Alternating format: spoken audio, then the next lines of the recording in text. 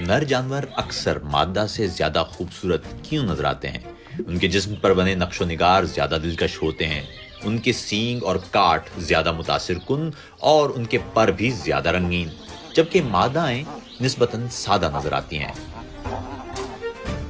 Darwin खुद भी इस पर हैरान थे क्योंकि नुमाया रंगों वाले जानवर शिकारियों की नजर में जल्द आ जाते हैं, जो नेचुरल सिलेक्शन के उसूल के खिलाफ बात है। यही सोच उन्हें जिनसी इंतखाब के नजरिए तक ले गई, जिसके मुताबिक कुछ खुसूसियात महज इसलिए पैदा होती हैं कि जानवरों के तौलीदी इम्कानात बढ़ सकें।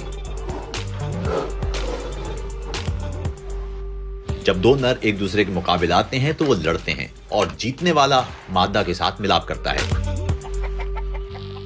कभी कभी ये फैसला मादा का होता है। नर अपनी दिलकशी से उसे लुभाने की कोशिश करता है। उसकी नुमाया जिस्मानी खुसूसियात दरअसल मजबूत जीन्स का सबूत समझी जाती हैं। आखिर जो जानवर अपनी जाहिरी खूबसूरती में इतनी तमन्नाई सर्व कर सकता है वो यकीनन सेहतमंद और ताकतवर होगा। लेकिन एक नजरिया और भी है। सेक्सी सन हाइपोथेसिस के मुताबिक मादा दिलकश नर का इंतखाब इसलिए करती है कि उसका बेटा भी उसी तरह दिलकश और मुस्तकबिल में ज्यादा कामयाबी से नस्ल आगे बढ़ा सके। मिसाल के तौर पर कुछ मोरों के जीन्स उनकी दुम को गैर मामूली तौर पर बड़ा बनाते हैं, जबकि मादा मोर के जीन्स ऐसे परों को पसंद करते हैं। जब वो मिलाप करते हैं तो ये दोनों खुसूसियात अगली नस्ल में मुंतकिल हो जाती हैं। ये अमल बार बार दोहराया जाता है और बिलाखिर ये दोनों जीनियाती रुझानात एक दूसरे से जुड़ जाते हैं। यूं थोड़े ही अरसे में ये खुसूसियात इंतहाई हद तक बढ़ जाती हैं। दुम बढ़ती जाती है, यहां तक कि उसके फायदे और नुकसानात एक दूसरे को मुतवाजन कर देते हैं।